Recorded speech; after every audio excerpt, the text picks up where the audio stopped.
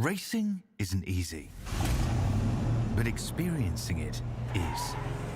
iRacing puts you in the driver's seat with the industry's leading sim racing game. Drive on laser scan replicas of the greatest racing circuits from around the world. Go head-to-head against other drivers chosen by skill-based matchmaking to ensure competitive racing at every level. Compete across all your favorite series. In officially licensed cars, engineered to deliver the most accurate driving experience possible.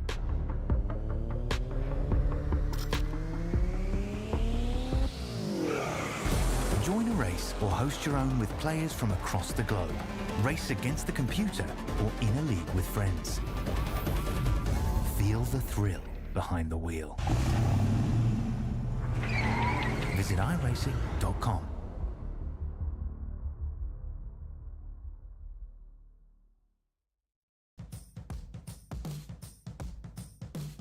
Across multiple series, across multiple cars, across multiple years, Ozicar have loved to sneak an oval race in here and there, particularly for Skippy's F4 and now in Formula Ford. In Season 2, we have a unique little foray to USA Speedway and for a 50-minute enduro round as well. David Haynes here on Simspeed TV with Jason Fewens and with Daniel Yeaman producing. Jason, we always talk about how strong the slipstream is in these Formula Fords. What better place to show it than an oval? Yeah, it's a bit of a fan favourite, this one. We keep coming back for a reason, because every time we come here, it produces absolutely stellar results. I think last time we were here with the the Skip Barbers, I think went 3 wide at the checkered flag. It was separated by 0.005. So hopefully we can replicate that again here tonight with these Formula Fords. It's proven to be good, close racing throughout the course of the season, so far this season, and not tonight will be no different. Of course, so 10-minute qualifying, 50-minute race with a pit stop somewhere amongst it all. We'll keep our eyes across the strategy, across the 50-minute race for Ozicar Formula Ford. Yeah, at least one pit stop. It'll depend on yellows, of course, throughout the course of the race. The tyre wear is very high tonight. It was described by one of the drivers like driving on sandpaper. So if there's a couple of cautions, we might see some mixed strategies here tonight. Some drivers diving in early, using the opportunity to get some fresh tyres and get some fresh fuel at the same time.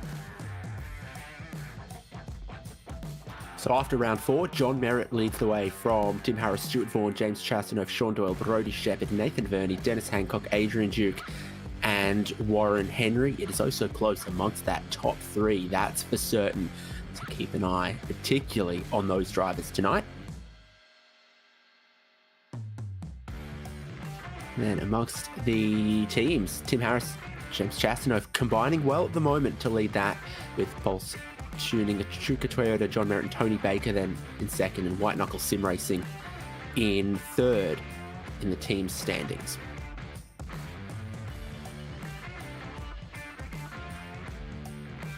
Qualifying's been run. This is how they'll line up on the grid for the 50-minute race. John Merritt will be on the front row on the inside line, with Jacob Wallmeyer to his outside.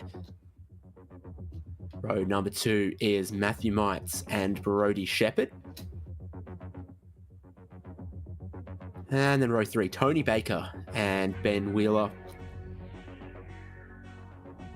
Stuart Vaughan and James Chastanoff. Some fierce rivals there alongside in 7th and 8th, and with a top 10 completed by Adrian Duke and Nathan Verney.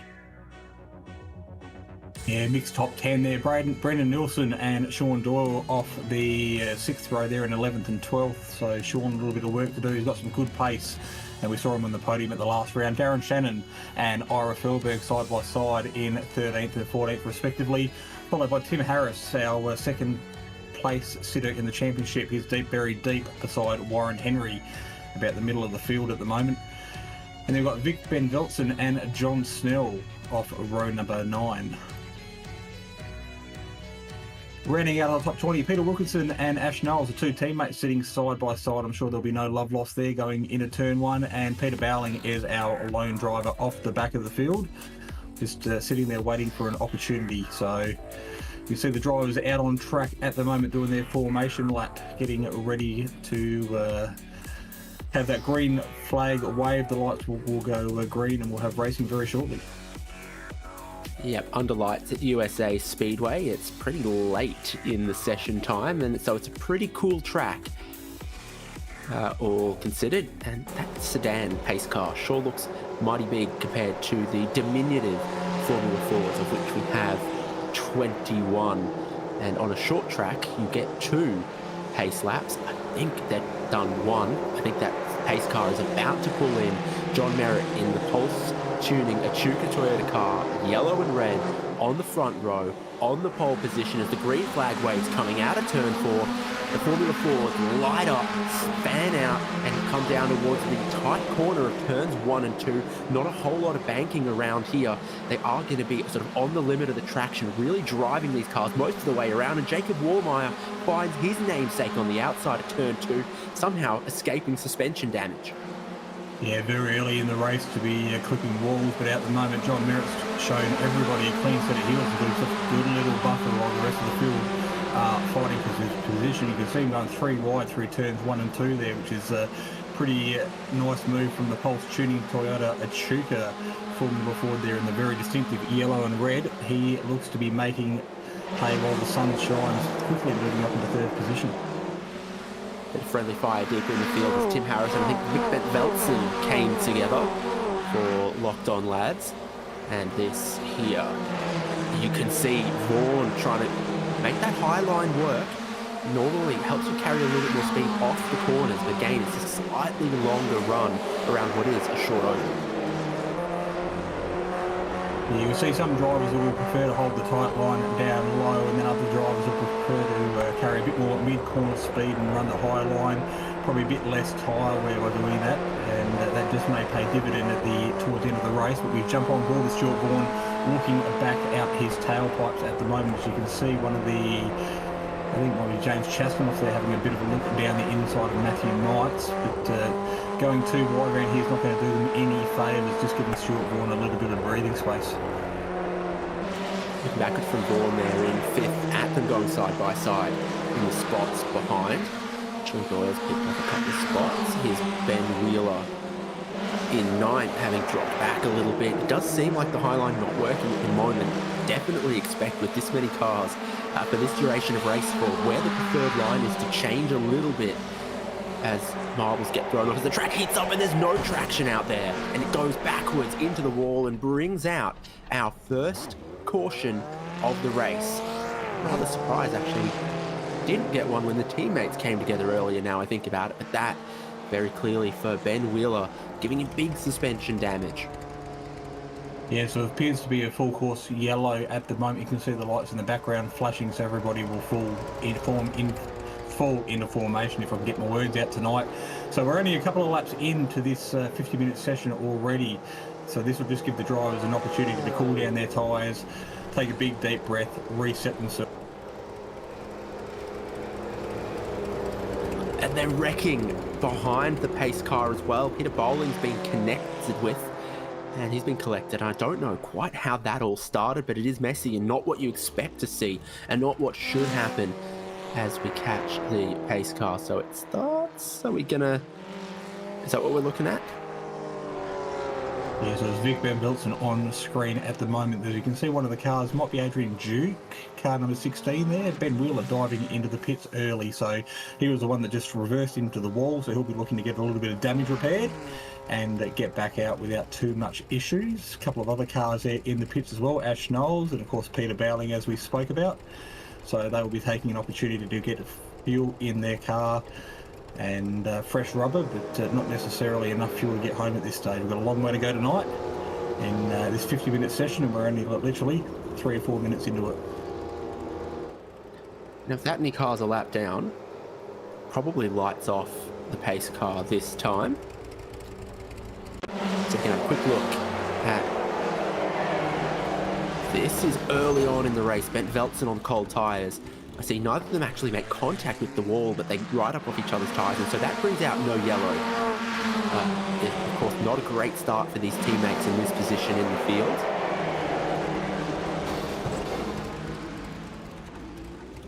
Yeah, a bit of a wild ride for Ash Knowles, but I think he may have got away without too much dramas. Looks like he gets back up to speed, and Vic Van Beltzen also getting back up to speed before that caution came back out. But we are in single file at the moment behind the pace car, where you can see the lights flashing at the moment.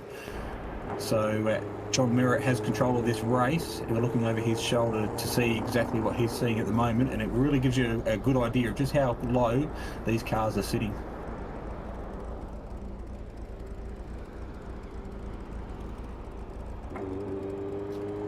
Sure does. I now will always see the iRacing sedan pace car as if you asked any of those AIs to draw a sedan. It's got all the bits that just look sedan, but slightly not quite right in some way, or a little generic. I'd love to see the Homer Simpson design car out here as our pace car. I reckon that would be brilliant. Yeah, that'd really entertain the fans. The lights go off the pace car, which means it's coming in at the end of this lap, approaching turns 1 and 2. In that opening hectic couple of laps, drivers have gained the most positions. Sean Doyle gained 5, Warren Henry gained 4, Peter Wilkinson from right towards the rear of the grid also picked up 5. And of course, there's a few drivers on the tail end of this field who either dropped back or took the opportunity to pit or had damage. Approaching turns 3 and 4, which is where pit entry is, off the apron at the inside of the corner here. The pace car will shortly dive, and John Merritt gets a single file start this time, converting well from the double wide start off the race start. Single file, what's he going to do? Green flag comes out just as he starts accelerating, and Tony Baker from third, fourth, Brody Shepherd from third, they all get a great launch. Shepherd's going to try to go round the outside of turns 1 and 2, but we've seen there doesn't seem to be much grip off the inside line, up high off that yellow line. Now you can see our fastest lap setter so far, Stuart Ward, in the red and blue. They're sitting at P5, looking pretty racy. He's looking to make a couple of moves as the drivers fight for position, get themselves back sorted out early on. But looks like he's trying to build a bit of momentum up on that high line, just carrying a bit more mid-corner speed to get the run down the straight. But at the moment, not quite enough, so he falls back in line behind Tony Baker. Shannon's gone back to 16th off the start, where he sits at the moment, now behind John Snell. See, more too wide here, and then big change to look down the inside at turns 1 and 2. A pinch on the way out. They go 3 wide down the back straight towards turns 3 and 4. Up way high in the slippery stuff for the coffee delivery car. Yeah, Ben Wheeler there, who's on the front row of the grid, so you know he's got good speed, and he's trying to find a way through this field at the moment. And we have another yellow being called. We have a car around in the background. So Sean Doyle, yeah, on screen at the moment. So he's dropped a couple of positions, and he'll fall back in behind, I think it is Peter Bowling. But the car doesn't look to be limping too bad, so it might have been just a bit of a spin without too much contact. But he does take the opportunity to dive into the pits and get some repairs done. Now, a very late call on the pit entry, but it seems to be legit. No black flag from that, and he's up high, It's way up high on that one. So you've got the low lane all the way against the yellow line of the apron, and then you've got one lane up from that where there seems to be a little bit of grip. He was sort of up into a third lane, and we saw that it was so slick up there. Yeah, although we're only a few laps into this race, there's already some marbles forming on the high line up against the fence, and that's potentially what caught Sean out there, just losing a little bit of traction, a little bit of grip. And being a short wheelbase, these cars, once they tend to lose the back end, you've got to have your wits about you, or else you'll find yourself facing the wrong way pretty quick. Looks like we've got a driver trying to get his lap back here in the process. That might be Timmy Harris on screen, getting the lucky dog. Doing a pretty good job there of avoiding the pace car. As he goes around, he'll join the end of the line on the lead lap. Yeah, so obviously there's only ever one lucky dog, right? It's not like every car a lap down gets waved around. There's one that gets it. So Tim Harris gets back onto the lead lap. Peter Bolin stays 2 down, and Ash Knowles 5 down, I think, by the look of it. So on the lead lap then, we've got first to 19th place now that Tim Harris catches the back of the train. Yes, I believe it's the leading car off the lead lap that will get the lucky dog each time yellow is called. So Tim Harris being the lucky recipient this time, but there's always a battle further back in the field to be that driver that gets that opportunity as someone else's mistake, hopefully. So long way to go yet. Plenty of drivers to potentially be in the running for that lucky dog and get themselves back into this race. So John Merritt's biding his time, just trying to play it patient at the moment. He still has that race lead. He's been able to manage it every time off the initial race start, off the previous restart. Now looking at a second race restart, he still holds the lead. He manages to get away well. He manages not to succumb to any pressure initially when they're right on his gearbox. But, Stuart Vaughan in 4th has made up some spots as they've gone along. So we're 10 minutes into our race here tonight. We've just about done as many laps under green as we have under yellow. So the original forecast was potentially a pit stop needed for fuel about the 50% point of the race. But if we keep getting these yellows, we might actually see some of these drivers, if they look after their tyres, make it from start to finish without requiring a pit stop, particularly if you can get in a bit of a slipstream. So mixed strategy here tonight. Some of those drivers that have already pitted will be pretty fueled up and potentially looking for a good run towards the end, but their tyres may be shot at the end of the session. So we've got a couple of drivers on different strategies here at the moment. Things will play out. It'll be pretty interesting.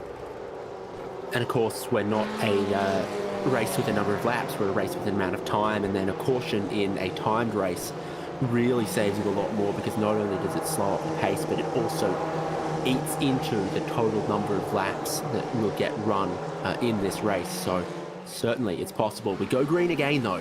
At green, once again, John Merritt keeps it down low on his way out of turn number 4. Comes up high towards turn number 1 as he leads them on the restart. Jacob Warmeyer very well positioned in second, but behind them where the action is, Stuart Vaughan looking oh so punchy as he comes out down low behind Brody Shepherd to try to take the spot away into 3rd place. Not able to do so. Yeah, it looks like most of the field is a single file. You've got to look back to about 10th or 12th before you see a couple of drivers running side by side. And as we focus at the moment, it is car number 8 on the screen. Matthew Mites running with Adrian Duke. And it looks like Duke is getting that better run off the inside line that we've spoken about a little bit earlier. James Chastanoff up ahead doing his pretty good job just to stay on the back of that lead 6 at the moment. So trying to buy himself a ticket there and hanging onto that lead group best he can at this stage. All action here in the middle. A couple of cars we know that are quick, trying to come back through, like Benjamin Wheeler, who you can see just behind this. It's going side by side, and it's like Wilkinson sneaks ahead of Feldberg there. A lot happening in the middle here. Can definitely easily spot Wheeler as he's down low in the brown and white car, looking the inside of one of the multitude of locked-on lads Formula Fords in this open race.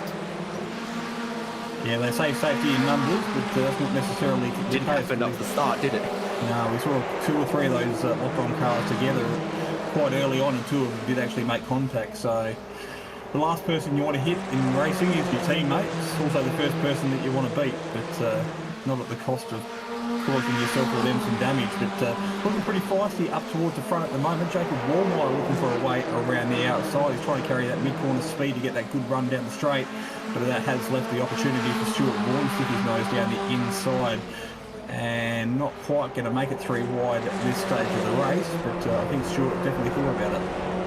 Yeah, pressure's on the race leader, Jacob Warmeyer, starting to look other ways. Stuart Vaughan's gotten past Brody Shepherd since we last saw. Now he's looking down the inside of Warmeyer as Warmeyer went up high, trying to get around Merritt. Vaughan opts to try to follow the leader, and he has now worked his way from 4th up into 2nd. Now a car length and some behind the leader, and the longer they run green. I think the more the slipstream starts to play into it, and I've gone and jinxed it, haven't I? So just before one of those locked-on cars we were talking about, he's got fireworks coming out from the front suspension. It looks like 4th of July. Peter Wilkinson, we were talking to him up early. I think he was up 7 positions prior to this contact, but he is limping home, bouncing off wall to wall to try and get back to pit lane. So I dare say his steering tie rods bent pretty significantly. Very, very hard hit. So it's Brendan Neal in front of him who gets a little sideways, and then he goes for a ride up, over, and directly into the wall. And that's what knocks out the front left suspension, the front right suspension, and the nose of Peter Wilkinson. He takes a lower line in. Nealon stays up high, turns in sharper and later, and doesn't have the grip for it. And Peter Wilkinson suffers the consequences. Yeah, I don't think P-Dog could even buy luck even if he wanted to. So Brendan Nealon diving into the pits as well. So significant suspension damage to the Pulse tuning car. So again, a long way to go, but he'll be looking to get some repairs done and get back out as soon as he can, potentially try and stay on that lead lap, but it's going to be difficult. So highest running car to have stopped at this point in the race. Ben Wheeler is now up in a 12th, Doyle 13th. Tim Harris stopped, got repairs, got that lucky dog, has ended up back on the lead lap and now worked up to 15th place. Those are the only competitively placed drivers to have made any stops yet. John Merritt still with the race lead, but feels like only barely. He finally came under a lot more sustained pressure in that last run, and Stuart Vaughan worked his way from 4th into 2nd, proving that he's very effective at picking the right line to try to get some passes done. Now Vaughan will restart this race in 2nd behind the race leader. So under that yellow caution, what we did see a sequence of pit stops all happening. Ash Knowles managed to get himself the lucky dog, so he managed to get a lap back in the process as well. So given the opportunity for being a lap down, he finds himself one step closer to staying in contention in this race. But Peter Wilkinson sitting steady in the pits with some significant damage, and the front end of his car is off at the moment. So unfortunately for him, I don't think he is going to find himself back out anytime soon. He'll be sitting there just seething, waiting for the opportunity to get back out with a clean car.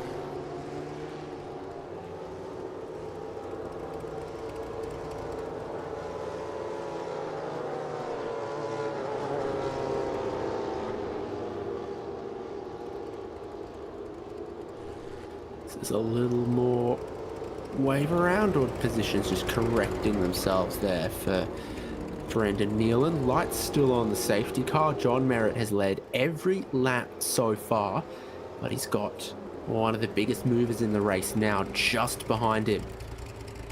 Lights go off the pace car shortly to restart. Ozicar at USA International Speedway. Yeah, so we are in round 5 of 6. We are making our way towards the end of the season. And of course, we are here at the Oval for the first time this season. So it's been a bit of a square peg in a round hole, if you will. A lot of these drivers aren't necessarily accustomed to driving on the ovals, particularly in these little open-wheeled, vulnerable cars. But doing a pretty good job up the front. John Merritt, Stuart Vaughan, Brody Shepherd also. So Brody's shown some really good pace throughout the course of the season and sitting in P3 at the moment without putting the commentator's curse on him. Looking pretty healthy with Jacob Wallmeyer in 4th. We go racing once again. The leader gets a good jump this time. Vaughan, though, going with him in 2nd place.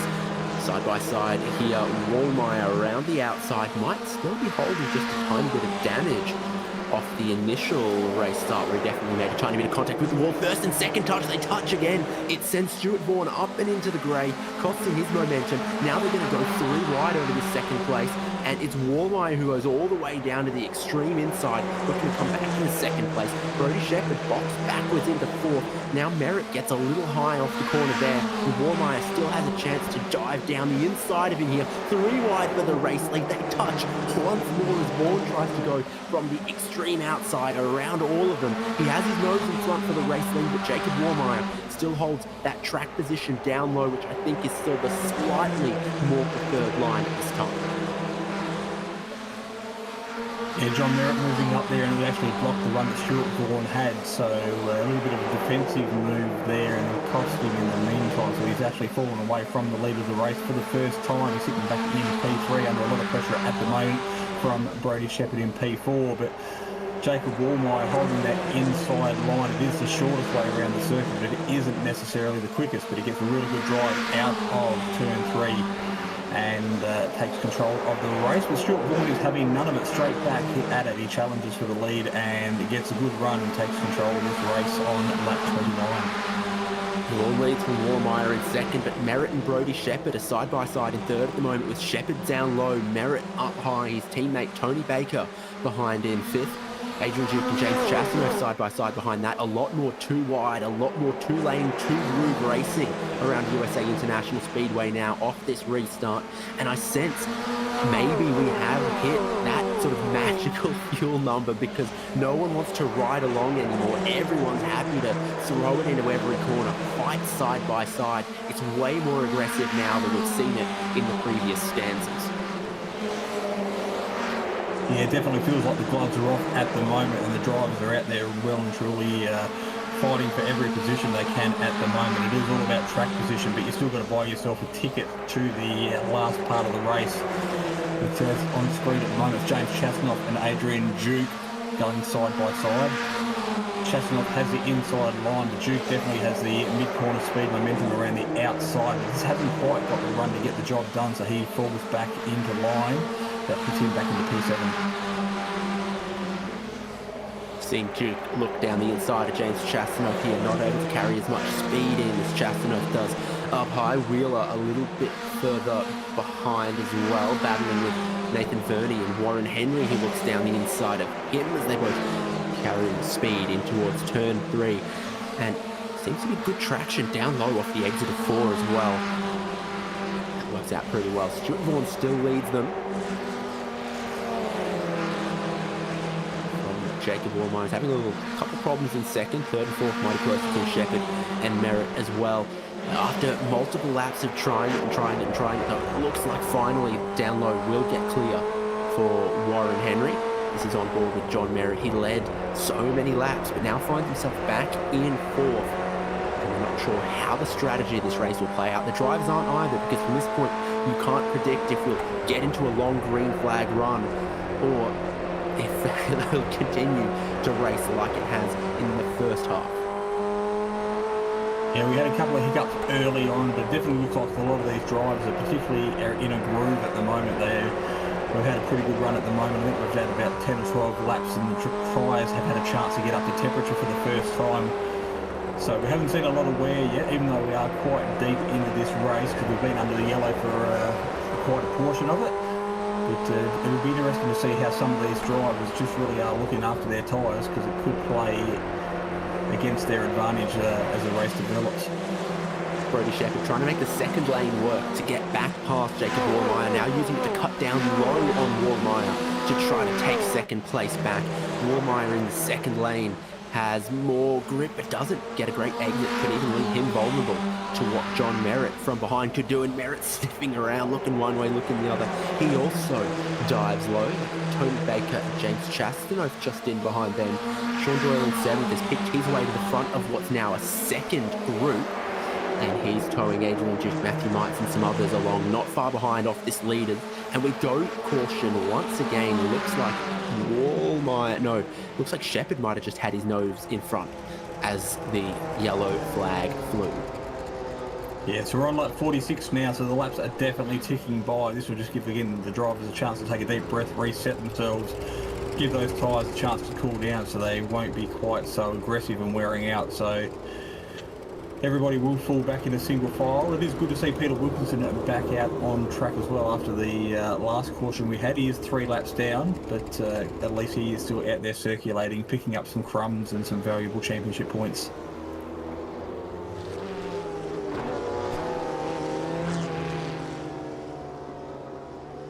He was picking up some stir-fry beef and rice on Saturday I had chicken wings, but we have a whole heap of cars opt to pit underneath this caution, 40 seconds away from the halfway point of the race, and Matthew Mites, James Chasnoff, Nathan Verney, Darren Shannon, Ira Felberg, Warren Henry, Vic Van Veldt and John Snell are all in. Tried to practice my horse race calling maybe there.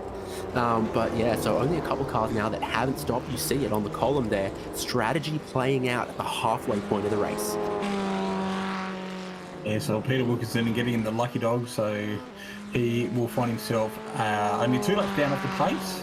So a couple more yellows, and he isn't out of this. There is an opportunity for him to we'll still be fighting for position on this. So our relative showing him 1 lap down at the moment. Darren Shannon out on the screen as well, just flying by on the downside of the screen. So 1 lap behind John Snell in P18 is Peter Wilkinson at the moment. So looking at those who've just pitted underneath that caution, I'm seeing a lot of 15, 17-second stops, suggesting that that's how long it takes to change the tyres. Sean Doyle and a few of these other drivers like Ben Wheeler, who pitted to repair damage very early in the race, only took 8 and 9 seconds of fuel. So I wonder if they've got a better track position now, but there might be some cars with some good tyres now lining up behind them. Everyone from Brendan Nealon in 9th and back looks like they've taken new tyres. So we are having a 50-minute race tonight. We are at the 24-minute mark, so we have reached the halfway. So that potentially is why some of those drivers took the opportunity to dive into the pits, get themselves some fresh rubber. Not sure whether they're actually feeling the full effect of the wear and tear there tonight, but a free pit stop nonetheless.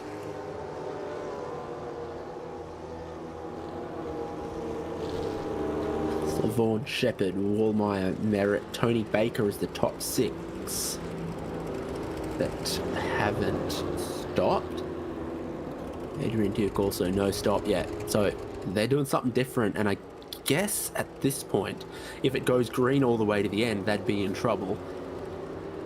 But if there is a much later caution and they take tyres, then they'd be good off some of the later restarts. So again, you got to think, what gives me a best chance of winning? What scenario would leave me most exposed relative to my competitors? Lights are off the pace car. As you can see, Stuart Vaughan will lead them to the restart after 49 laps. Yeah, so Stuart Vaughan, being no stranger to being at the front of this crew, he'll know exactly what he needs to do to get the jump on the cars behind. But Brody Shepherd is no slouch either. He will be smelling every single fume that comes out the back of Stuart Vaughan's car, just ready to pounce as the lights go green. They get a good run, and exactly, Brody Shepherd gets a good run. Goes for the high line, carries a bit of mid-corner momentum, but on the inside, Jacob Wallmeyer having a bit of a sniff, trying to get his nose down low. My curiosity leads me to think James Chasnoff, Matthew Mites, those drivers back there with those new tyres, how quickly will they switch on, and what advantage are we going to see out of them? So we're watching drivers still on their old tyres up front there. What about this group behind? Oh, well, they look pretty loose, and it's going to bring out another caution as Brendan Nealon gets sideways on the track. Except he wasn't on super new tyres, he's on 23 lap old tyres. Yeah, so he did pit earlier on in the race after, again, another caution was called quite early, but he certainly didn't dive into the pits over that last opportunity. I'm just wondering though whether Tim Harris is sitting P9 on the field, because he found himself in trouble early on and he's quite high back up the order again. So just keep an eye on the car 093. He's sitting second in our championship and buried just inside the top 10. So we know he's got good speed, but it depends on whether he's got good rubber under him as well. Time will soon tell.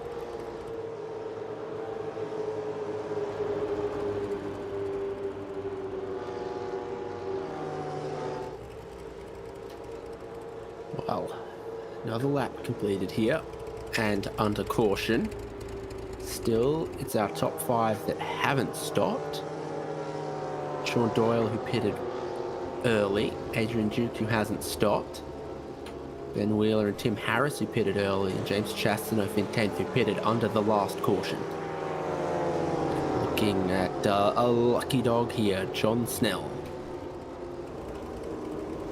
Yeah, once you get the call for the lucky dog, you don't have to be told twice to take that opportunity to get your lap back. So all the drivers will stay down low on the left-hand side of the circuit and give that lucky dog the opportunity to run around the outside free of being impeded and join the back of the queue. So John Snell there, the recipient this time around. As he passes the pace car, yep, back onto the lead lap for John Snell.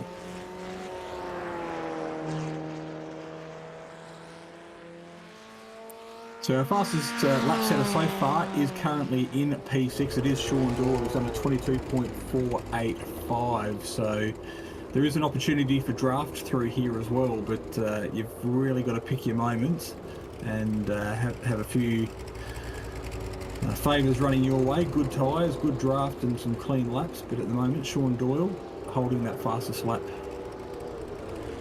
at this stage of the race. We are inside 20 minutes to go.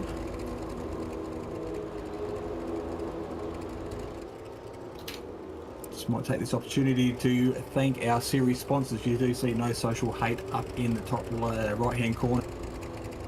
Prestige trophy badge and engraving as well.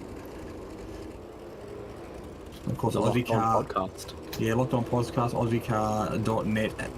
Of course, bringing you the series here, and there is one more that just escapes my memory at the moment.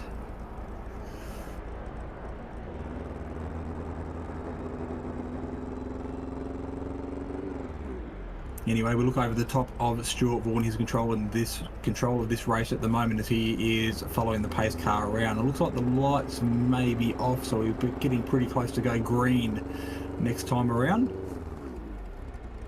It's this time that they go out, and then we make our way through 1 and 2. Pace car pulls off in 3. Stuart Vaughan has to decide how he restarts this one from then on. No one pitting under this caution though.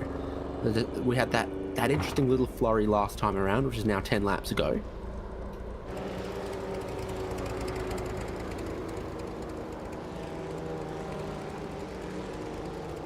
So here we are in turn 3. Pace car about to pull off to the apron. It does so. Jacob Warmeyer is all over the back of Stuart Vaughan, anticipating this race start. Brodie Shepherd hanging a tiny bit further back. That green flag drops. We get going. Shepherd hoping he can get a little bit of a run at them, but he's under pressure from John Merritt. Pole sitter still sitting back in 4th place at the moment. And Vaughan tries to get it up to speed at the lead of the race. Shepherd, his race start strategy has not been perfect, and now diving down the inside of him. And back in towards the top 3, John Merritt, and they come an inch from touching in turns 1 and 2. Yeah, John Merritt's definitely got really good speed, and he would prefer to be in front leading this field. But at the moment he finds himself buried back in P4. He does have a wingman in the form of Tony Baker right behind him. So Robert his Batman, if you will. But a couple of those Pulse tuning cars sitting inside the top 5, they're looking pretty racy at the moment as we cross the line to complete another lap.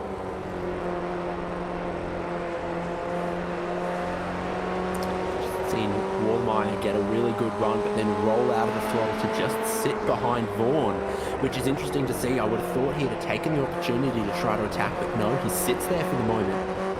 Maybe wondering about what's happening between Shepherd, Merritt and the group behind. Another lap where Warmeyer just stays within a car length right in behind race leader Stuart Vaughan, but it gives Shepherd the opportunity to slipstream off the both of them, and he's closing up. Yeah, patience is a virtue, and sometimes it can be in your favour. But at the moment, sitting in P2, and as I say that, he has a look down the inside, can't get the move done, but we are on board at the moment with our pole sitter, was John Merritt. So he is tucked underneath the slipstream of Brodie Shepherd, currently sitting in P3, directly in front of us as we can see on camera. They make all the way through turn 4, get a good run down the main straight, stay off that wall and cross the line to complete what is lap number 62. you can modify your line into the corners based on whether your car's sort of understeering, oversteering, how you want to do it. If you turn in sharp and late, definitely looks like the car slides around a little bit, turns in, but scrubs a bit of the momentum. Other drivers opt to bring the car down more gently, try not to scrub off any speed. Caution comes out, yellow flag flies, but who had their nose in front in the race lead when it happens? It might have been Jacob Wallmeyer timing it to perfection. No, it's not. No, it's not. He was. They were side by side when it happened, but Vaughan keeps the race lead.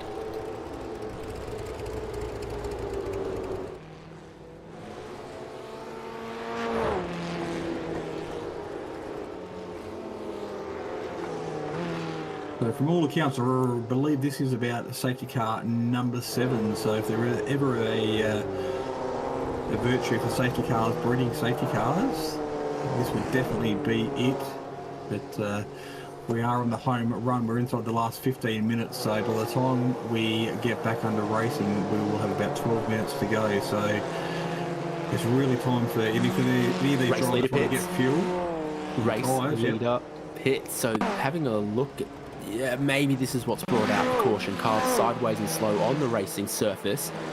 And for Ashnols, yeah, he was a bit high, turned in a bit sharp, loses the rear, brings out the yellow, but everyone but Jacob Wallmeyer is pitted in this race to this point. So Merritt, Shepherd, Baker, Wheeler, Vaughan, Duke, all on the lane right now. Wallmeyer is the race leader. Sean Doyle has gone through into second. Tim Harris has stopped twice, and he is third on track right now. Is this a long stop for Merritt as well? Yeah, don't know what happened with Merritt, but he's definitely lost a couple of positions in pit lane, so I'm not sure whether he overshot his box and had to reverse back. I think it's just well established, the Formula Ford tyre changing lottery. We've definitely seen that over the course of this season and last. So it was a mistake for Jacob Wallmeyer to not pit last time around. He pits now, and he will drop probably all the way, almost definitely all the way to the back of the field. Even behind those cars that have just pitted this time. Makes the race leader now Sean Doyle, Tim Harris second, James Chastanoff up into third. So Sean Doyle taking control of the race, so with the fastest lap currently sitting in P1 with just over 10 minutes of racing remaining. Remember, Sean did pit quite early on in the sequence as well, so while a lot of these drivers have got fresh rubber underneath them at the moment, Sean's definitely sitting on some worn tyres, but again, that hasn't necessarily slowed his pace throughout the course of this race so far.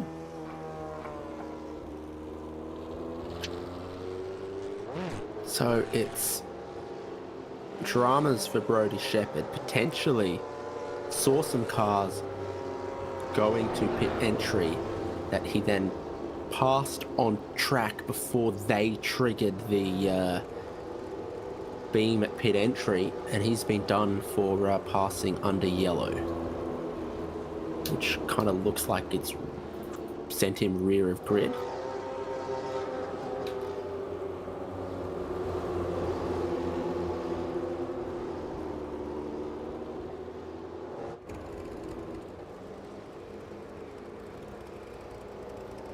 Lights are off the pace car. Sean Doyle will lead them to the restart with 12 minutes to go. Newest tyres in the top 10 look like they belong equally to everyone in third through to 10th. So this is the group that pitted 22 laps ago under caution. Chastanoff, Meitz, Verney, Felberg. In front of them, some very, very old tyres. Pace car is in. Sean Doyle down low in turn 4. It's about here where the green flag normally flies, and it does. We get going. Sean Doyle taking them racing from down low in turn 4 up onto the racing line towards turns 1 and 2. He's actually got himself a good little buffer with Tim Harris sitting in P2, James Chastanoff tucked away in at P3. and Matthew Mike's in that locked-on car in P4. So even the top 5 or 6 there kept making a little bit of a break on the rest of the field, leaving them to fight it out the crumbs a little bit further back, closer to the top 10. A bit of a check up there for one of the cheaper cars there, just losing a little bit of speed and momentum. Might have been John Merritt in car 64. 164, sorry. Jacob Warmeyer in 16th position there. He went all the way up high, trying to get around a little bit of the traffic jam, but didn't find enough grip, and he's got nowhere to go from where he sits now. They're 3 wide in front of him. They touch, and it brings out another caution. Ben Wheeler goes into the wall again. Yeah, Ben's definitely got some left-hand rear suspension damage there. You can see the thing bouncing its way back down onto the apron. We'll have a bit of a look here at the Ozicar.net replay. They are 3 wide, and Kurt Bowling in car number 23 just happens to get his wheel on the inside there. Sorry, car 23 being John Snell, my apologies. So it just highlights just how fragile some of these cars are. It doesn't have to be hard contact just to unsettle these things, particularly while they're in mid-turn.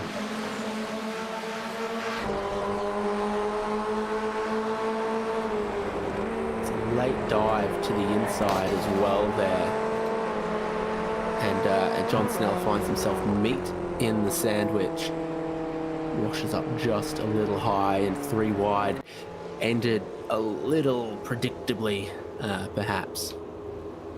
Yeah, I don't think there's a lot John Snell could have done there, because he had a car down on the inside of him and a car up high on the outside. Like you said, he was just sort of stuck in the middle with nowhere to go.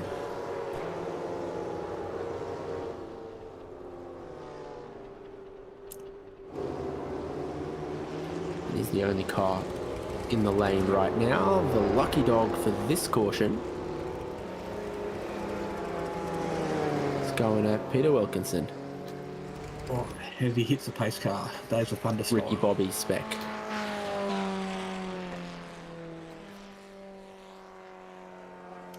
So Wilco, after being 3 laps down earlier on in the race, finds himself back on the end of the train on the lead lap with 8 minutes remaining. So we did call it earlier on that he wasn't out of this, and he could have found himself back in amongst the mix. So really, really good timing and opportunistic there for Pete, but he's still got a lot of work to do to find himself from the back of the field through to potentially inside the top 10. We saw him gain some positions earlier on in the race through the misfortune of some others, and I wouldn't rule that out from happening again as the laps count down.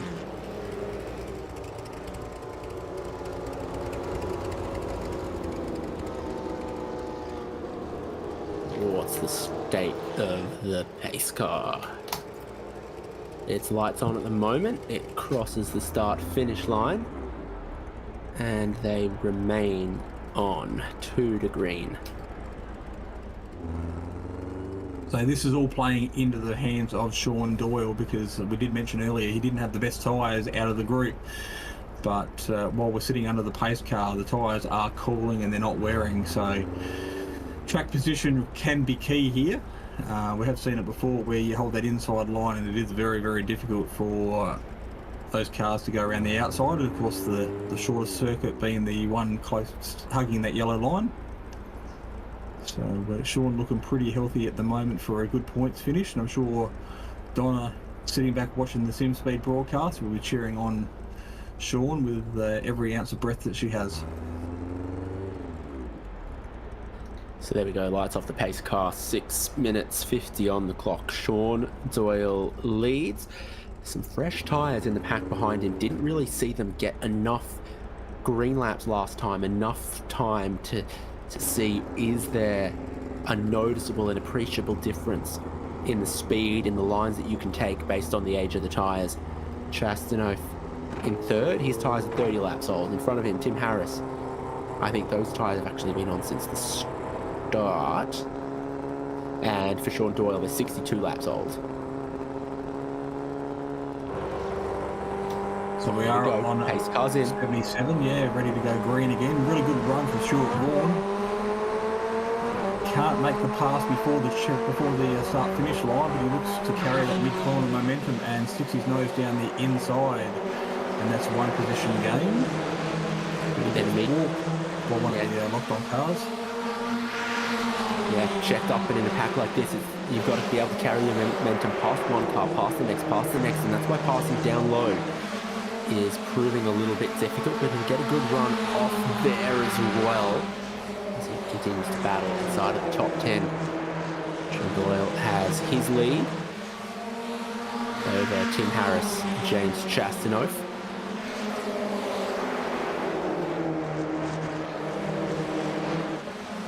So the pointy end of the field is all single file for the first 5, 6, 7 cars.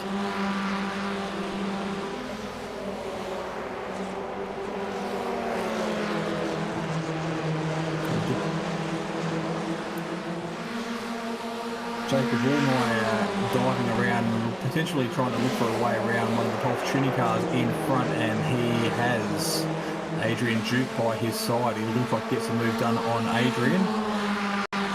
Got the inside line, but he's also tucked underneath the rear wing of John Merritt. So hopefully those two can work together and make a couple of positions Big pile up. And it includes Stuart Vaughan on his lid as a 3-car pile-up brings out another caution at USA International Speedway. Vaughan was around the 10th place, give or take, so it was right in the middle of the pack, and it starts as one of the ORT cars gets sideways, gets collected by one, gets collected by another. It's 67 of Warren Henry. Behind him is Darren Shannon, who I think was the other car. Oh, right, no, it maybe starts from Darren Shannon then. But for Stuart Vaughan, happens in front of him. He gets that two-wheel on two-wheel contact, sends him upside down, and then also into the wall. We jump on board with Darren Shannon carrying a really good speed and definitely makes contact with the back of Warren Henry there, and Warren just passenger once that contact's made, and vertigo for Stuart Vaughan.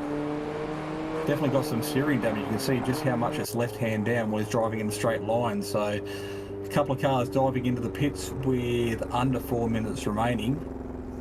This could be a 1 or a 2 lap shootout towards the checkered flag.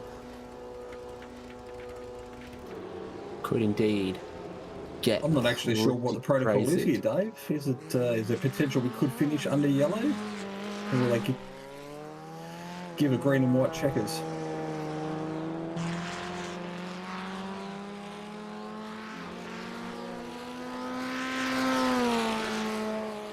So we believe the clock speaks all volumes, so it really is down to a time certain race. So hopefully, for our benefit, we'll be able to get back and running again, but I'm sure Sean Doyle is leading this field at the moment behind the pace car. We'll be hoping that pace car stays out for as long as he possibly can.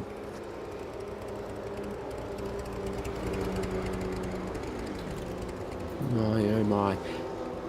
Do you think the way it's going at the moment, it will go green again? Though, it's only 40 seconds for laps behind the pace car around here. Still got just over those 2 minutes.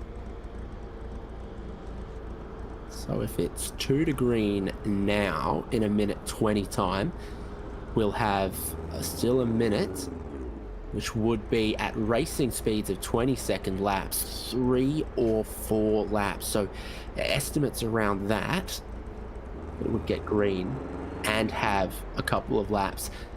Definitely, whether it's just 1 green lap or 2 or 3 or 4, we will get this one started again. So Sean Doyle will need nerves of steel to hold on to the race lead. Tim Harris behind him in second. James Chastanoff, it's looking good championship wise for him at the moment. His sort of key rivals in John Merritt and Stuart Vaughan much deeper in the field and with very little time to be able to make it up. So that's the lights off the pace car now. We're getting going with about 45 seconds on the clock for mayhaps 2 or 3 green flag laps. Just enough time to get yourself into a little bit of trouble if you're not careful. Yeah, I did hear some chatter on the radio. I think it is actually set up for a green and white checker finish, so pending we get going very, very shortly. And we should see this run through until the completion of the race.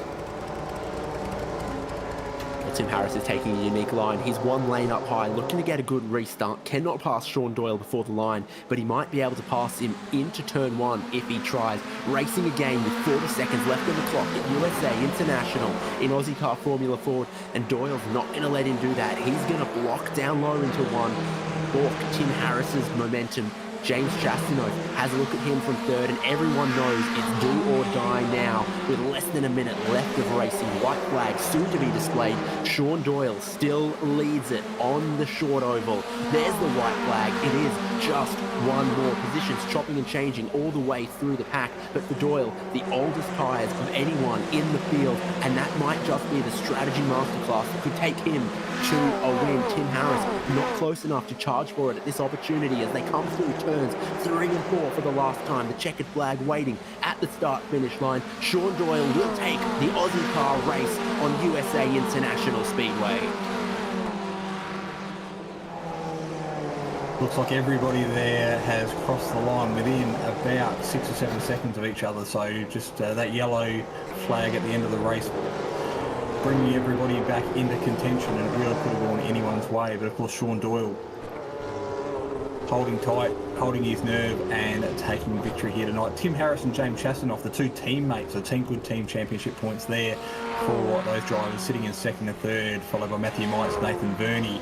Then you got the two teammates of Tony Baker and John Merritt, the Pulse Tuning at Schuka Toyota team, back inside the top 10. Jacob Wallmeyer doing a really good job also after getting that incident not so long ago, finding himself back in 8th, and that was followed by Ira Felberg and Adrian Duke. The background picture is Victory Circle at USA International Speedway, and that's where Sean Doyle is headed. The other cars on the lead lap: Vic Bent-Veltzen, Brodie Shepherd, John Snell, Peter Wilkinson, Stuart Vaughan, Brendan Nealon, Darren Shannon, Warren Henry. 2 laps down, Ben Wheeler. 5 laps back, Ash Knowles, and Peter Bowling, I reckon, made himself a retirement at some point. And some fool called Jason Fewens accidentally joined the session as a driver. All forgiven though. So I think definitely in the end, as much of a strategy race as a wheel-to-wheel race on the Speedway at USA International. Jason, we'll see if we can grab some of our drivers.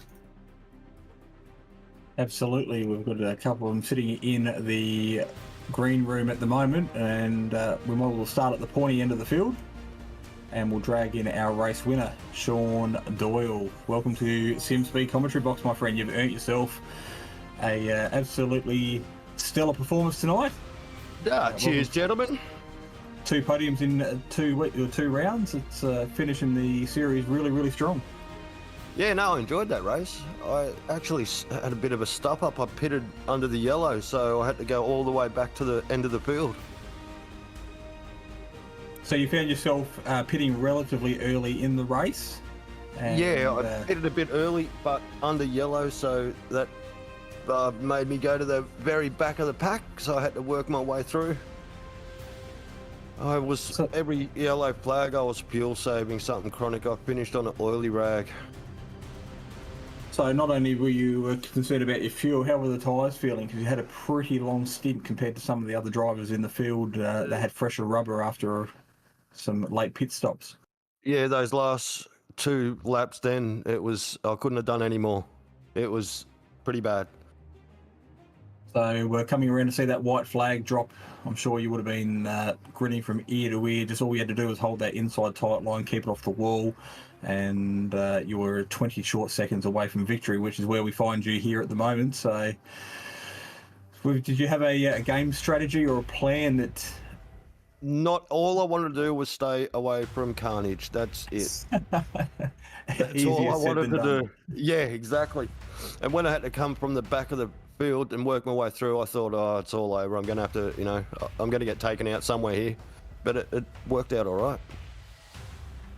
Yeah, so from the moment you took control of the race, I think it was with about 25 laps to go, you looked pretty comfortable. You had Tim Harris underneath your rear axle, giving a little bit of pressure there towards the end of the race. But you've done enough laps around in the Aussie Car Series to know that it's all about keeping your eyes forward and let the other drivers find a way around.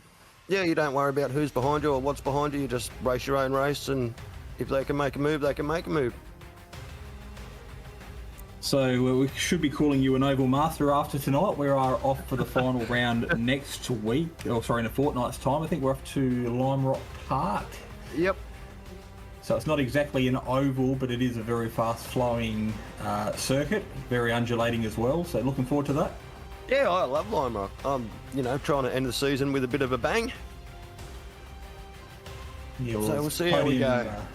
Podium 2 weeks ago and a win tonight, you've definitely got the attention of those within the championship. So good points, Paul. So congratulations tonight. Before we let you go, doing a little shout out to your loyal supporter base. Yeah, cheers, gents. Look, thanks, Mum. Thanks, my partner, my beautiful little daughter. Thanks to IBD Vinyl Co. Provoked Prevarel, Anarchy Auto Care, and Vermilion Motorsports, and all you boys for doing a great job.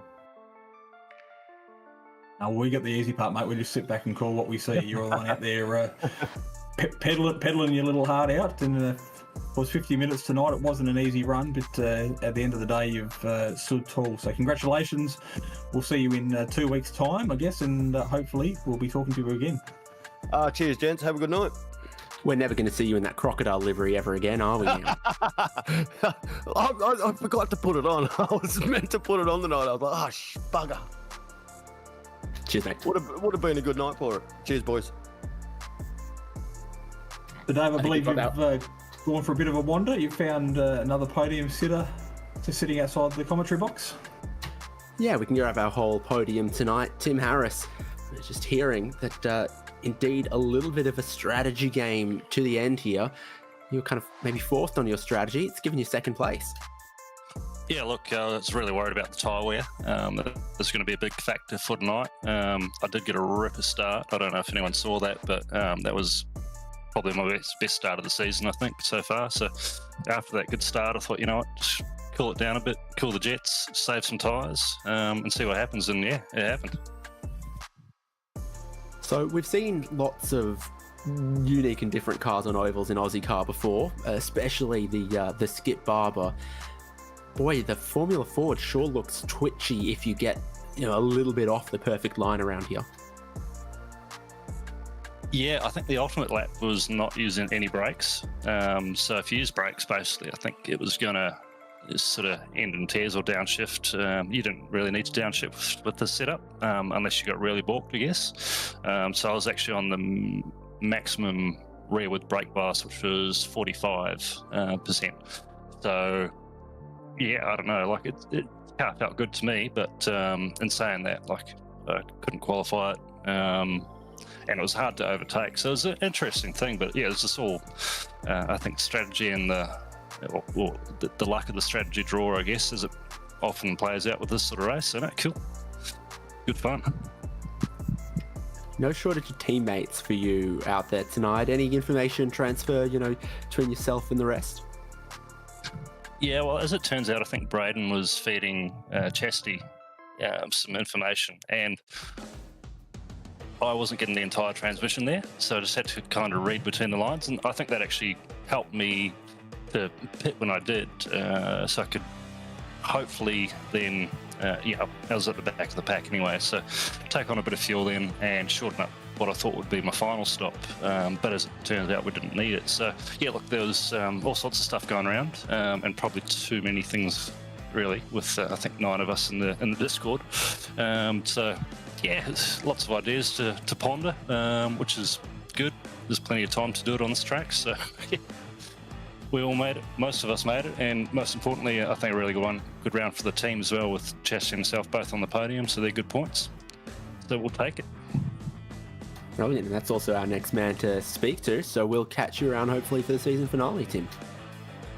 Mate, I'll be there with bells on. There you go. Tim Harris, second place.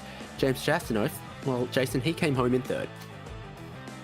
Yeah, James, the big cheese Chastanoff, bit of an oval specialist in the past. He's been a race winner on the oval in the Ozicar Series before, and tonight securing third place in the 50-minute feature race. Welcome to the commentary box. Yeah, cheers, guys. Good to be back. So you had good pace from the moment the lights went green. You found yourself, I think, starting off about the 5th row of the grid, just inside the top 10, but it didn't take you long to work your way up into the top 5. And from there, it really seemed just a matter of buying a ticket to the last part of the race. Yeah, just struggled a little bit in qualifying. I think Tim probably would have said the same. He didn't do, he didn't even have as many troubles as I did. Well, sorry, he had more troubles than what I did. So, yeah, just didn't really have the pace in the qualifying. Couldn't get the lap in, and then so just jumped off a few spots until I sort of felt that I was in a safe spot out of the mid-pack chaos, and then there was the front pack chaos in front of me. So I just thought I'd just take it easy and just cruise around. Well, the strategy certainly paid off. Of course, we had a number of yellows throughout the course of the race. And whereabouts did you pit? I reckon it was about the 50% mark. Yeah, it was around about. It's just before the 50% mark, which I thought was probably the. You didn't want to stay out too long because, the later you pit, the further back you sort of drop after everyone else pits. I think I was a bit lucky being one of the front runners of that lap to pit when I did. So there was a few people behind me to sort of space out the guys in front when they pitted. But yeah, nowhere near as good as the guys who took the risk to pit just a little bit earlier and then see if there was going to be fuel save later on, which ended up happening. So yeah, good to end up where I was, I think. And we did speak about it earlier on in the broadcast. It was quite a high tyre where you didn't sort of feel any negative effects of that as the race went on. Oh, I felt like I was driving on the rims, really. So yeah, it was pretty bad by the end of it. But I think Sean Doyle was having a worse chance of it at the end. So yeah, good job to him to keep it all together on those last few laps after the last caution. So that rounds up, or tidies up round number 5 of 6. That's a good little points championship haul for yourself tonight, going into the final round in a fortnight's time. Have you thought about what you may need to do to potentially secure a top 3 within the championship? I think I really need to beat Tim at some point, but not really worrying about the individual at this point. I've made so many mistakes this season that, if I don't quite get into the top 3, it's not the end of the world. It's just been one of those seasons for me. So happy to see Tim sort of get up there, see how far he can go. And obviously the team's championship, we're doing quite well, finishing the way that we are, especially after tonight. So just focusing on that and just try not to make as many mistakes as I have done the rest of the season. Yeah, so 2nd and 3rd tonight, really grasping a firm hold on that Teams Championship Cup. Like I said, we are back in a fortnight's time, back to Lime Rock, and anything can happen there. It's very undulating, and the cars can get very light, and but it is a circuit that's very well suited to these little open-wheel Formula cars. Yeah, it should be good. It's like a flat, hilly oval, really, that track. So it's perfectly in the wheelhouse for this sort of car. Any slow open wheeler vehicle, absolutely loves driving around that sort of track. So a bit more usual for these cars for the rest, rather than the rest of the season where we've had some unusual sort of tracks. So back to normality, but I'm pretty sure it's the fast layout too, so that'll be really good for the slipstream, and it should have plenty of position swaps next fortnight. So a flat hilly oval, is that a double negative? Yeah, well, it's flat in that it's not banked, but it's hilly in the fact that it's hilly. So, all right, mate. Before we let you go tonight, do you want to do a quick shout out to your sponsors and your supporters? Oh yeah, big shout out to Braden for the strategy tips for the whole team. Absolutely nailed that one. So we'll credit that strategy down to Braden. Big thanks to you guys, Simspeed, and all our sponsors, Whitey's Kitchen. But I do need to actually shout out that it is actually Frosty's Kitchen. The Whitey's Kitchen movement is taking on a bit of a role, so just tag on the Frosty's Kitchen back onto it, just so it gets a bit more exposure. VFS, Bursons, DBA, Ryko, and big thanks to you guys again for running all the broadcasts and everything, and allowing us to talk nonsense on YouTube. So thank you. All right, Dave, that just about wraps up our little circus visiting USA International Speedway. It's been an absolute pleasure, and it has been an absolute chaotic nights of racing. Yeah, it has, and as we know, the points are all important as we head towards the season finale. It's in 2 weeks' time at Lion Rock Park. It's flat and hilly. We know that now. And you'll find it all here on Simspeed TV across all of our platforms. We look forward to it. Thanks to the drivers for their time and for the show that they put on. Of course, the Aussie Car supporters, No Social Hate, Locked On iRacing podcast, and Prestige Trophy Badge and Engraving. All from myself, David, and Jason. We'll see you in 2 weeks' time.